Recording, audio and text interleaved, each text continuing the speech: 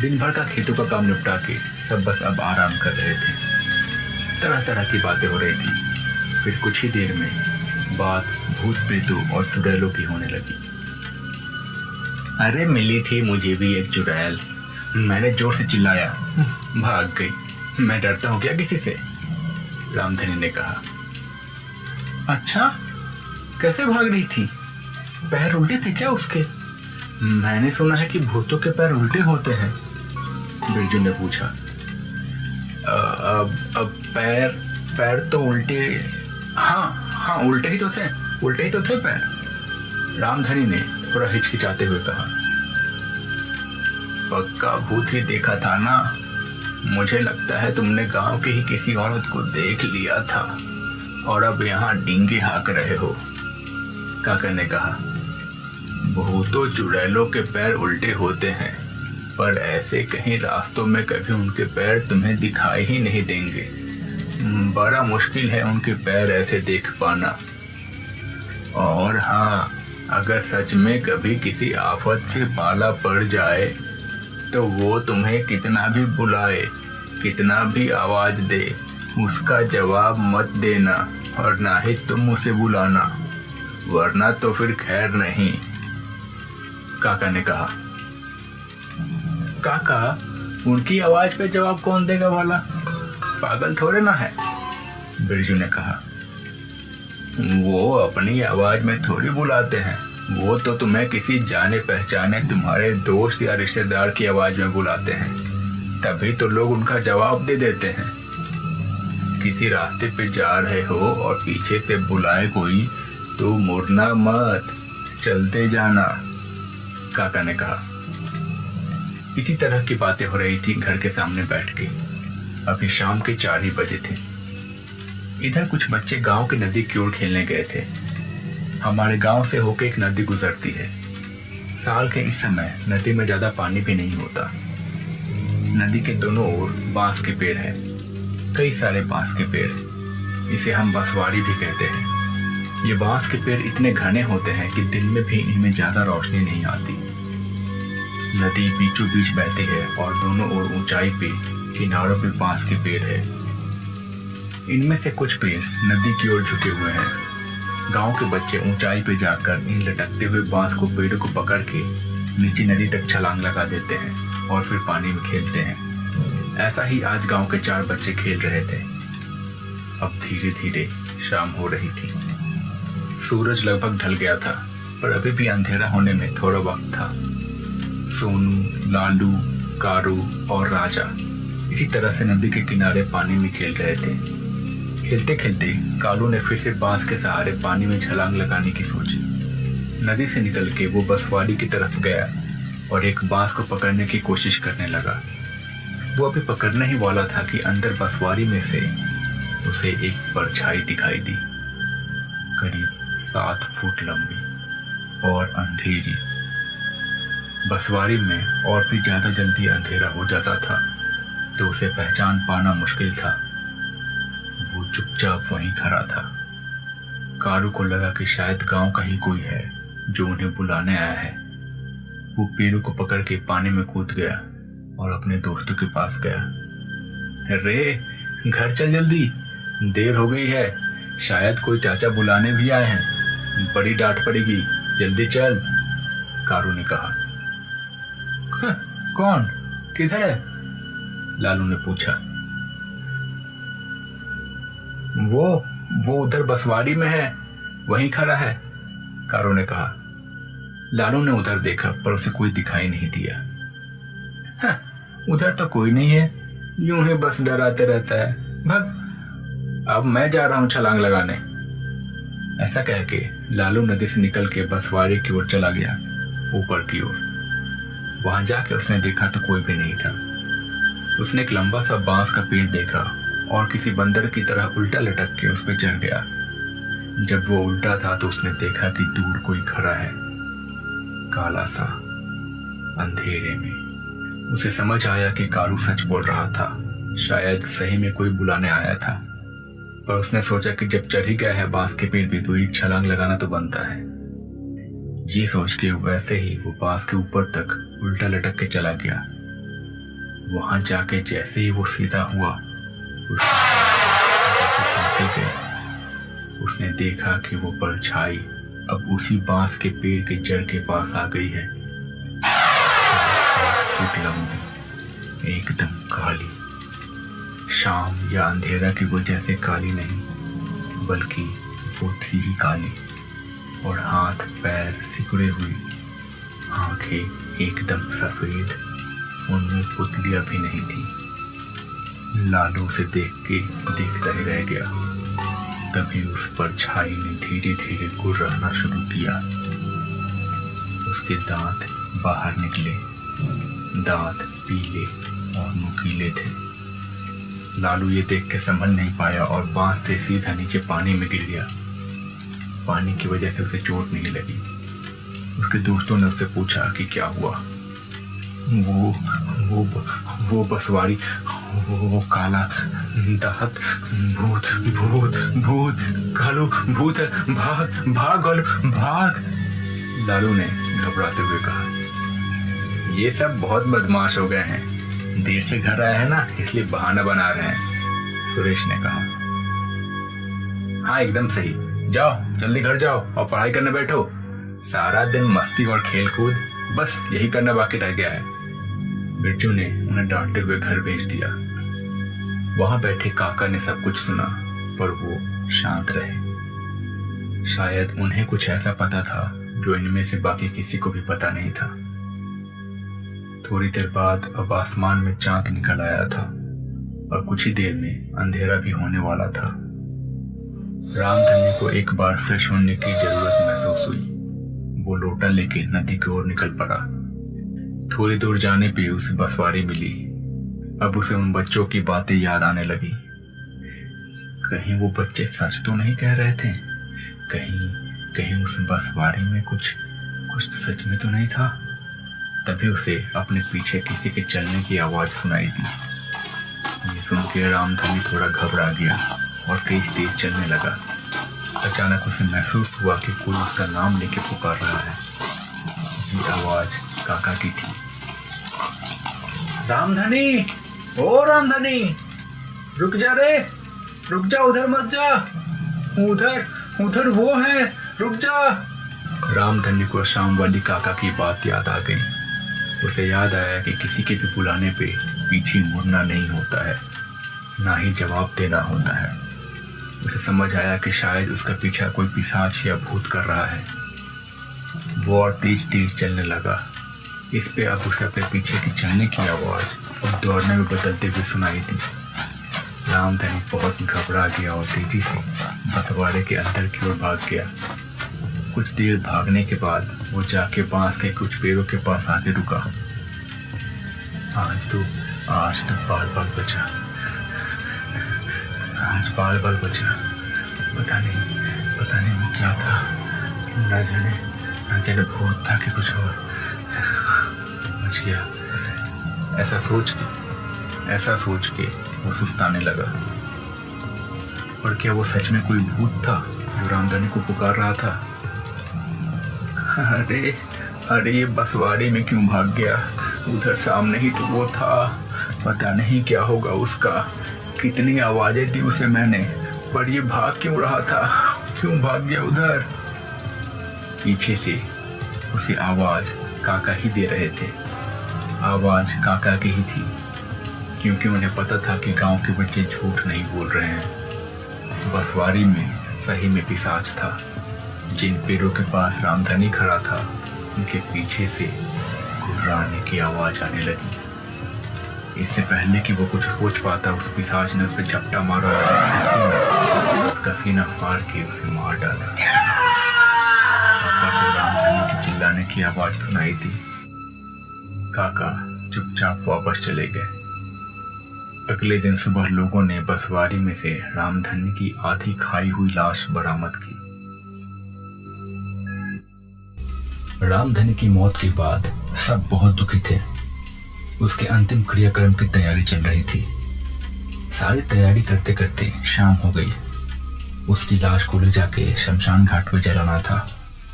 शमशान घाट नदी के ही किनारे था और रास्ता उसी बसवाड़ी से होके गुजरता था। सबके मन में डर था, पर कोई भी ये दिखाना नहीं चाहता था। आखिरकार शाम 5-6 बजे के आसपास 4-5 लोग मिलकर रामधनी की लाश को लेकर शमशान घाट पहुंच गए। वहां जाके सबने उसका क्रियाक्रम ढंग से किया। बीच बीच में तरह तरह की आवाजें आ रही थी। अब अंधेरा भी हो चुका था। किसी तरह से सब निपटा के सब वापस लौटने लगे। लौटने का रास्ता बसवाड़ी से होकर ही गुजरता था। सब एक साथ चल रहे थे। सबके मन में डर था। रास्ता एकदम खामोश और सन्नाटे से भरा हुआ था। पर आखिरकार सब उसी रास्ते से होते हुए गांव वापस आ गए। गांव आने के बाद सब फिर से काका के घर के आगे इकट्ठा हुए। काका के घर से सबके लिए चाय आई। बिरजू सबको चाय देने लगा। तभी उसे यह एहसास हुआ कि एक प्याली चाय ज्यादा है। उसने सोचा कि ये एक प्याली चाय ज्यादा कैसे हुई। उसने जरा गौर किया तो वो सहम सा गया। घाट पे 6 लोग गए थे, पर वापस 5 लोग ही आए। काका, हम 6 लोग गए थे ना, आप यहाँ 5 ही है। सुरेश कहाँ रह गया? बिरजू ने काका से पूछा। काका को यह सुन के झटका सा लगा, पर उन्हें समझ आ गया था। और तभी एक जोरदार चीख सुनाई दी। अगले दिन सुरेश की लाश भी उसी हालत में बसवाड़ी से मिली। इस बार लोगों ने दिन में ही जैसे तैसे उसका अंतिम संस्कार कर दिया। आज शाम के करीब 7 बज रहे थे। रामधनी और सुरेश की मौत के बाद कहीं मातम छाया था तो कहीं खौफ का माहौल था।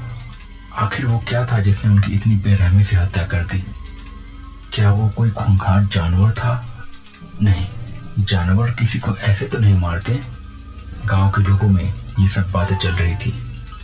सब फिर से काका के घर के आगे बैठे थे और इस बारे में सोच विचार कर रहे थे।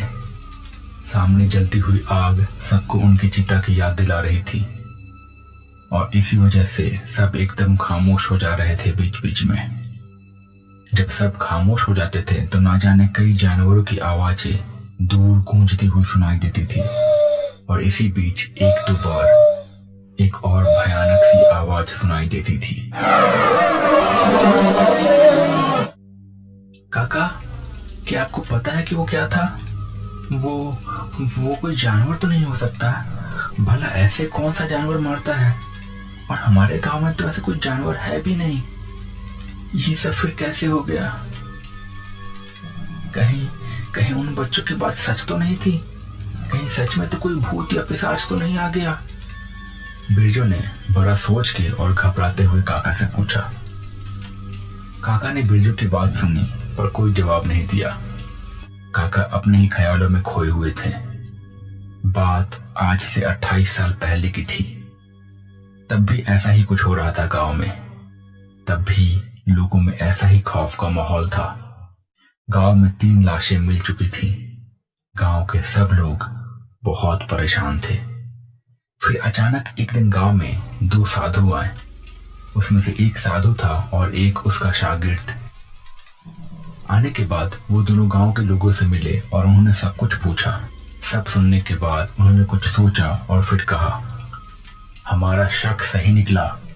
ये नर पिशाच का ही काम है। ये एक अमानवीय शक्ति है जो कि लोगों का शिकार करता है और उनका दिल निकाल के खा जाता है और उनका खून भी पी जाता है।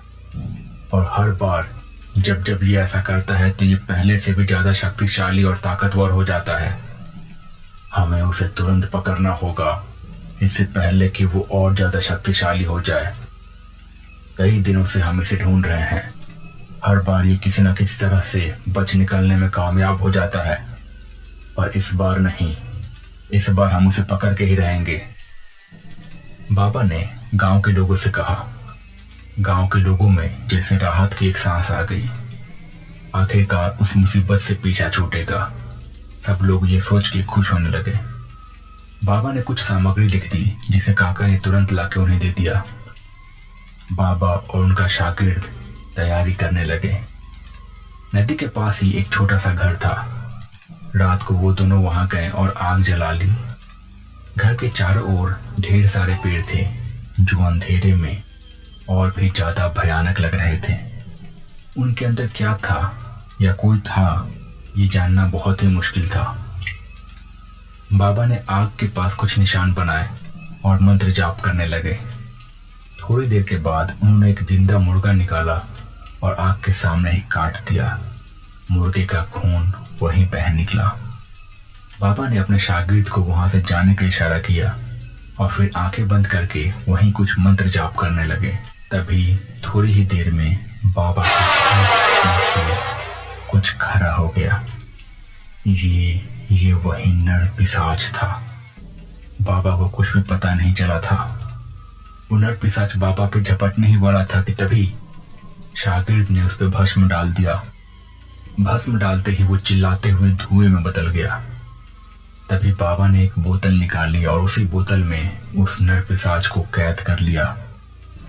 उस बोतल पे उन्होंने एक लाल कपड़ा बांधा और मंत्रों से उस बोतल को बंद कर दिया। बाबा, आपने मुझे भस्म के साथ पीछे छुपने को क्यों बोला और अपनी जान खतरे में क्यों डाली? अगर मैं सही समय पर नहीं आता तो ना जाने आज क्या हो जाता। शागिर्द ने बाबा से पूछा। ये नर पिशाच बहुत शक्तिशाली था। इसे सीधा पकड़ना बहुत ही मुश्किल है। इसे तभी पकड़ा जा सकता था जब इसका ध्यान इसके शिकार पे हो और बाकी का एहसास इसे ना हो। अगर हम ऐसा नहीं करते तो कभी भी इसे काबू में नहीं कर पाते, बाबा ने ये बताया। फिर बाबा ने बोतल को सुबह ले जाकर नदी में फेंक दिया ताकि वो नर पिशाच हमेशा के लिए उसी नदी के अंदर डूब कर रह जाए। अब वो नर पिशाच किसी को भी परेशान नहीं कर पाएगा। उसे काबू में कर लिया गया है, बाबा ने गांव वालों को कहा। काका को 28 साल पहले वाली सारी बात याद आ गई। उन्होंने थोड़ा सोचा, विचार किया और फिर अगली सुबह गांव के ही एक आदमी को दूसरे गांव उस बाबा को और उसके शागिर्द की खोज में भेज दिया। अगले दिन गांव में एक साधु आया उसी आदमी के साथ, पर वो तो अकेला था। उसने आने के बाद बताया कि वो वही शागिर्द है जो 28 साल पहले उस बाबा के साथ हुआ करता था। बाबा तो अब इस दुनिया में नहीं रहे, पर उसने उनसे सारी विद्या प्राप्त कर ली है। काका ने सारी बात साधु को बताई। उन्होंने बताया कि कैसे गांव के 2 लोगों की मौत उसी तरह हुई है जैसे आज से 28 साल पहले हुई थी। पर ये कैसे हो सकता है? बाबा ने तो उसे बोतल में बंद करके फेंक दिया था। फिर साधु ने कुछ सोचा। तुम्हें नदी के किनारे जाके एक मुर्गा वहां रख के आना होगा।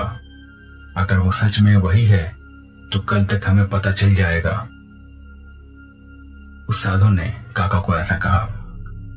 काका ने हिचकिचाते हुए हाँ कह दिया। अगली शाम को जैसे साधु ने बताया था, काका एक मुर्गा लेके नदी के किनारे चले गए। नदी के किनारे उन्होंने मुर्गा रख दिया और वापस लौटने लगे। लौटते लौटते उन्होंने नदी के किनारे को देखा तो उन्हें एहसास हुआ कि नदी का पानी पहले के मुकाबले बहुत ज्यादा कम हो चुका है। आज से 28 साल पहले तो पानी बहुत ज्यादा हुआ करता था। तभी थोड़ी ही दूर पे उन्हें एक बोतल दिखाई दी। एक बोतल जिसका ढक्कन खुला हुआ था और जिस पे लाल कपड़ा बंधा हुआ था। इसका मतलब कि पानी कम होने की वजह से ये बोतल बाहर आ गई थी और वो नर पिशाच किसी तरह से इसमें से निकल भागा। काका ने ये सोचा। ये सोच के काका के पसीने छूटने लगे। उन्हें लगने लगा कि कहीं कल की जगह उनका सामना नर पिशाच से आज ही ना हो जाए। काका ये सोच ही रहे थे कि उन्हें उनके सामने से गुर्राने की आवाज आने लगी। उन्होंने सर ऊपर उठाया तो देखा कि काले काले 2 पैर जिनके नाखून बहुत बड़े हुए थे ठीक उनके सामने हैं। वो नर पिशाच ठीक उनके सामने था। वो काका को अपना शिकार बनाने के लिए उन पे झपटा, पर तभी पीछे से वो साधु निकला और उसने उस नर पिशाच पे भभूत डाल दिया। नर पिशाच फिर से धुएं में बदल गया और साधु ने फिर से एक बोतल में उसे कैद कर दिया। साधु ने उस पे मंत्रों से फिर एक लाल कपड़ा बांध दिया और उसे बंद कर दिया। आपको पता था कि वो नर पिशाच है सच में? फिर आपने मुझे यहाँ अकेले आने के लिए क्यों कहा?